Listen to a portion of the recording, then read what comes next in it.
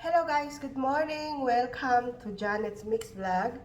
So today, gagawa ako ng cupcake in a mug with just 3 ingredients, which is flour, egg, and chocolate. Sa mga nakikita ko is mga Nutella ang ginagawa. Kasi marami ako nakikita sa social media. But I don't have Nutella, but I have this. It's mixed with white chocolate and dark chocolate. And because I most prefer white chocolate, hindi ako masyado sa dark chocolate kasi. So, this is my first time to try. And let's try and see uh, kung totoo yung mga nakikita ko or nakikita natin na life hack sa mga social media. So, experiment din natin. So, let's begin.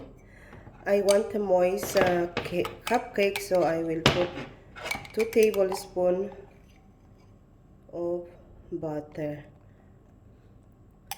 Although sa mga nakikita ko, hindi sila naglagay ng butter, but I melted butter because mas prepare ko yung ganon.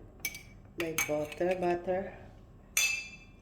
And then, because I want to make two cupcakes, so let's put 2 whole egg.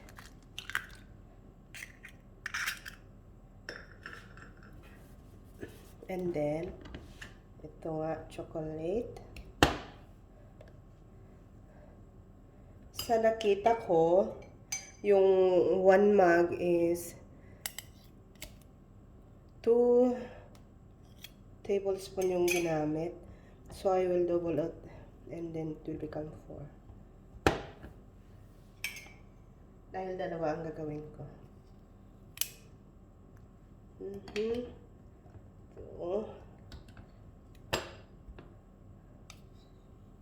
3.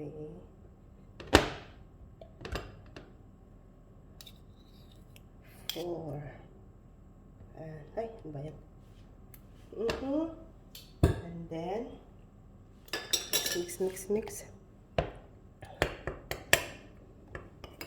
Then, maglalagay ako ng flour. 1, 2, 3, 4. So, that's all. Now, saan na yung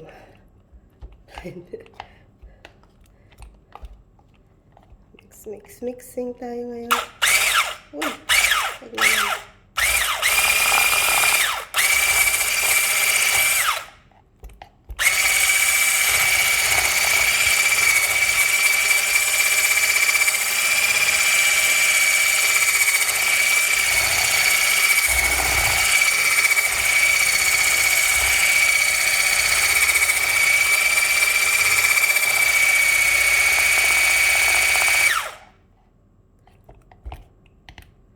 Parang dry siya. So, a little bit butter.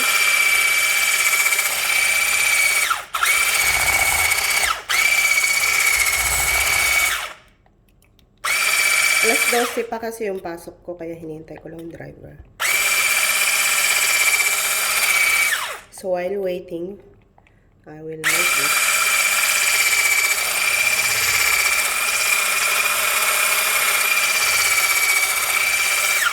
Tama na siguro yan. Ay, ba tayo matagal? Sige.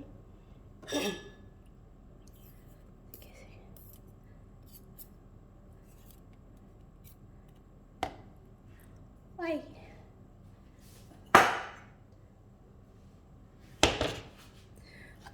Ngayon, para hindi siya mag-stick, parang cupcake na talaga, lalagyan ko ng butter yung cup.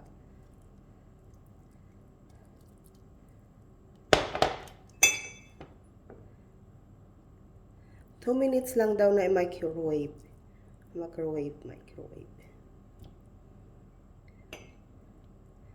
Just 2 minutes. Nako, magang umaga, dami ko lang hugasan.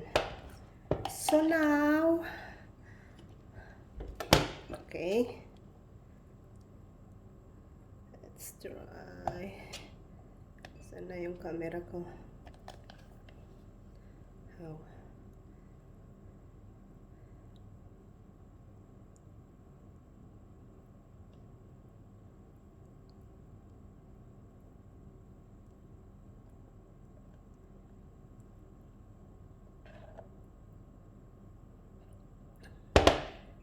Equal.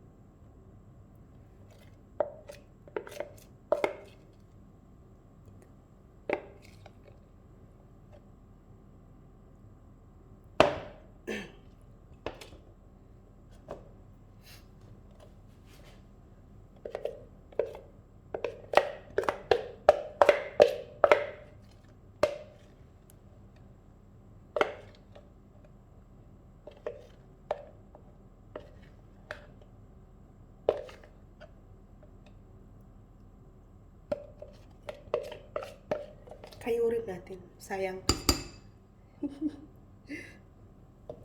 Sayang.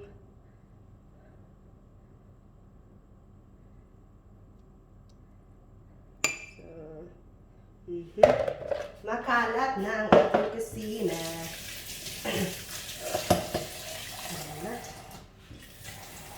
And then, natin linisan muna ng konti ito. Nag-drop kasi.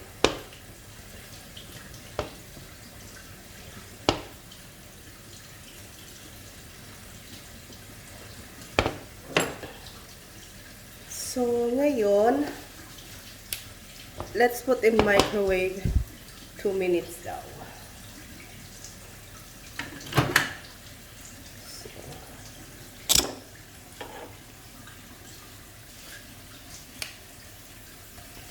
Isa-isa muna.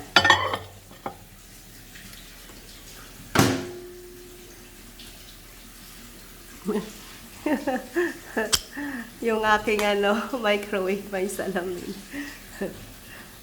So, 1 minute, 2 minutes. And let's wait.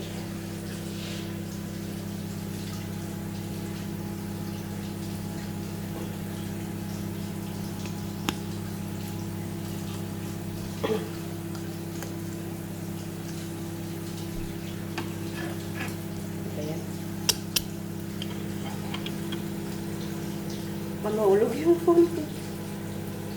So, hintayin natin yan. Maglinis muna ako.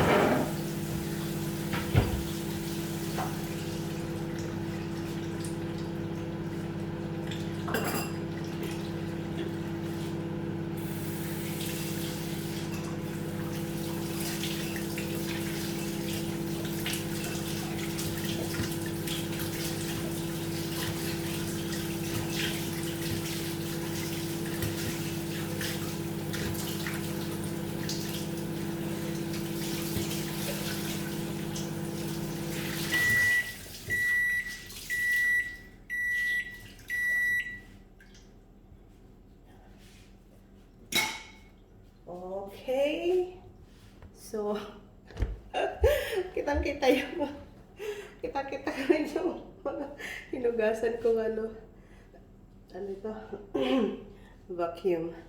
So, the moment of truth. Oh! Lumagpas na yata. Bumulwak na. Hindi. So, let's see if works. Ano, papain mo na ay palamigin mo konti. Tingnan natin.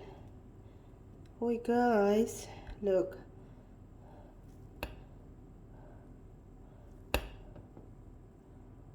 Uy.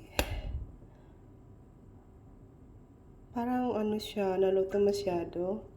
So, i-try ko yung isa ng 1.5 minute. Tikman ko nga kung luto yung flour.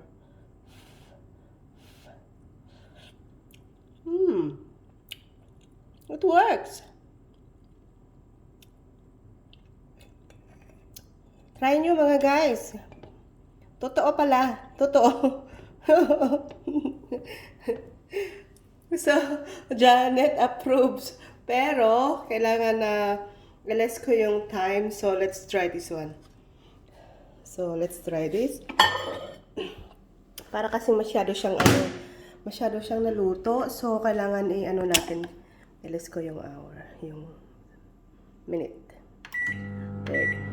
So, ganyan. Let's wait.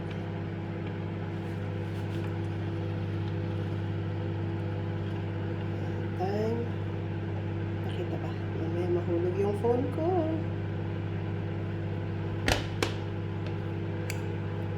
So, hilintay natin yung isa. Asan ba? Panalamin ako. Loko pala itong microwave ko. May salamin. Mama, meriendahin ko ito pag-uwi ko galing work. Masarap.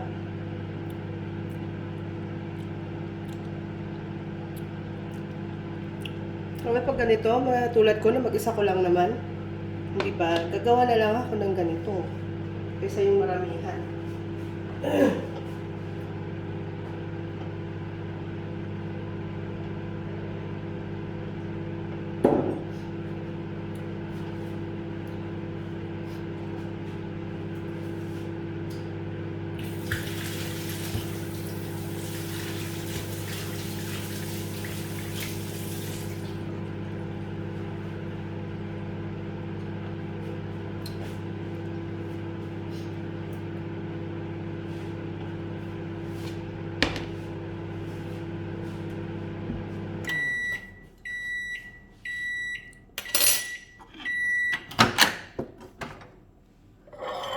Oops. Look at that. So this is 1 minute and 30 seconds. Wait. O diba, parang moist. Makikita mo yung top niya, moist na moist. Kaysa dun sa una na 2 minutes talaga. And mas moist nga, o diba? Wow. Moist siya. Tignan natin sa loob. Pasensya na, kinakalkal ko talaga. So, depende siguro sa amount ng ano. Pero half lang ito, di ba? Half. Pero kailangan talagang half kasi bubulwak talaga yan kung marami. Let's try. Kung naluto yung flour. Mainit? Mainit masyado? Mainit. O, tignan yung pagkakaiba, di ba? Yung 2 minutes, dry na siya. Sobrang pagkaluto. Yung 1 minute and 30 seconds is moist.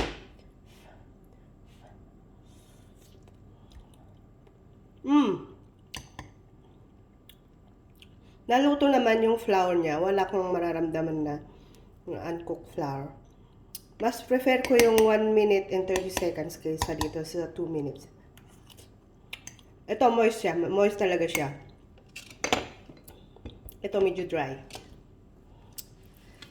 So, that's all for today.